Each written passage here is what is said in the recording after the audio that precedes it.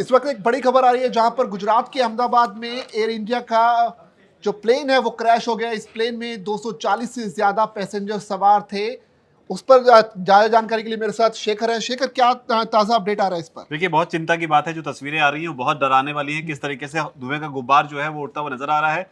और जो डराने वाली बात है वो इसमें दो हैं, क्योंकि पहली बात ये आ रही है कि इसमें 242 लोग जो हैं इस प्लेन में सवार थे। और दूसरी जो बड़ी बात कही जा रही है कि जहां पर ये प्लेन गिरा है वो रईसी करके कोई इलाका है। अब बताया ये जा रहा है, जो जानकारी शुरुआती जानकारी आ रही है उसमें ये बताया जा रहा है कि दरअसल ये इलाका जो है वो रिहायशी इलाका हो सकता है। यहाँ पर लोग रहते हैं। एक तो प्लेन गिरा, प्लेन में जो लोग होंगे उनकी जान खतरे में, और उसके अलावा जिस जगह गिरा, तो ये डबल एक तरीके से थ्रेट जो है आप इसे कह सकते हैं।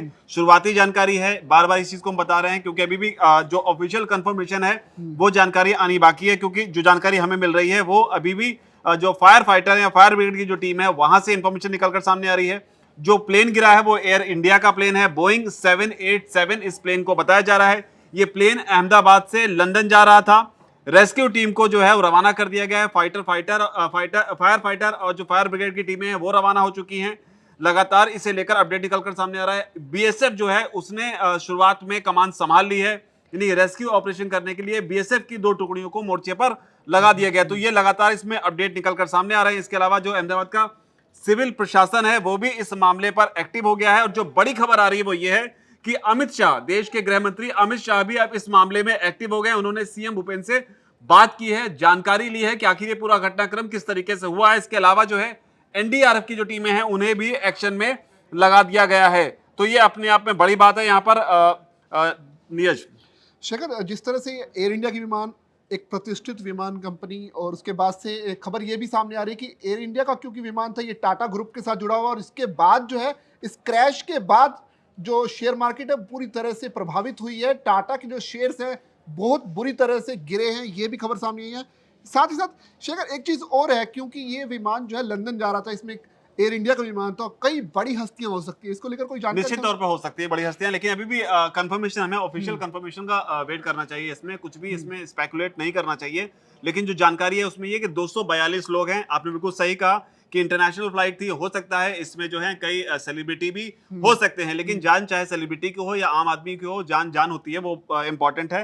लेकिन फिलहाल यही है कि इंटरनेशनल फ्लाइट थी, इसका गिरना जो है अपने आप में और ज्यादा जो है लोगों को हैरान कर रहा है। शिखर, कोई कारण समझ में आया अब तक, या फिर कोई पता लगा कि क्या वजह रही इस पूरे हादसे के पीछे? वो धीरे धीरे आगे जब खबरें अनफोल्ड होंगी तब पता चलेगा आखिर इसके गिरने के पीछे की वजह क्या रही। भी सामने जो तस्वीरों में दिख रहा है उसमें ये है कि जो रनवे है वहां पर एक प्लेन जो है वो खड़ा हुआ है, उसके आगे जो है धुएं का गुब्बार उठ रहा है। अब इसका जब आधिकारिक तौर पर कोई बयान आएगा जिसमें साफ किया जाएगा आखिर हुआ क्या है, फिर बाद में इन्वेस्टिगेशन होगी, तब चीजें निकलकर सामने आएंगी। लेकिन फिलहाल सबकी नजर इस बात पे है कि जिन 242 लोगों का जिक्र हो रहा है उनकी जान का क्या। बिल्कुल, और सूत्र ये इस बात का भी दावा करें कि इसमें पूर्व मुख्यमंत्री जो हैं गुजरात के, वो भी शामिल हो सकते हैं। ऐसी इस खबरें आ रही हैं सूत्रों के हवाले से।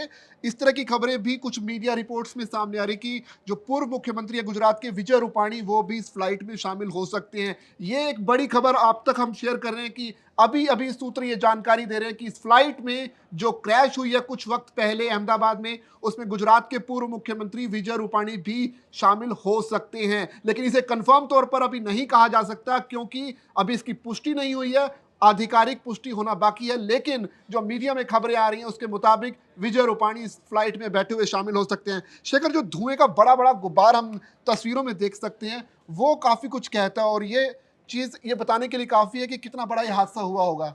तस्वीरें अपने आप में सारी कहानी बयां कर रही हैं। लेकिन वही बार बार मैं नीरज कह रहा हूं कि इसमें हमें भी कुछ भी स्पेकुलेट नहीं करना चाहिए। क्योंकि कौन था कौन नहीं था जब तक ये कंफर्म नहीं हो जाए, क्योंकि उसके साथ में खबर के साथ में उनके जो परिवार वाले भी होते हैं वो भी कहीं ना कहीं से जुड़े होते हैं, और उससे स्थिति जो है और खराब हो सकती है अगर परिवार को इस तरह की कोई जानकारी मिलती है। इसलिए हमें इस तरह के मामले में खासतौर पर जहां पर जान का खतरा हो, इसमें हमें स्पेकुलेट करने से थोड़ा सा बचना चाहिए। जो भी आधिकारिक जानकारी निकलकर सामने आए वो हमें बतानी चाहिए। लेकिन फिलहाल जो तस्वीरें हैं वो बिल्कुल डराने वाली हैं। एयर इंडिया का प्लेन था, पैसेंजर प्लेन था, 242 लोगों के प्लेन में सवार होने की जानकारी है। अब ये गिरा क्यों, टेक ऑफ के दौरान क्या हुआ था, क्या घटनाक्रम पूरा हुआ, अब वो समय के साथ में आधिकारिक जानकारी के तौर पर निकल कर सामने आएगा, तभी क्लियर होगा। बिल्कुल, और उसकी जो जुड़ी हुई तमाम जो अपडेट्स हैं वो अब तक लगातार दैनिक जागरण के जरिए हम लाते रहेंगे। आप बने रहिए हमारे साथ, क्योंकि यहाँ अपडेट आप तक इस हादसे से जुड़ी हम लगातार लाते रहेंगे।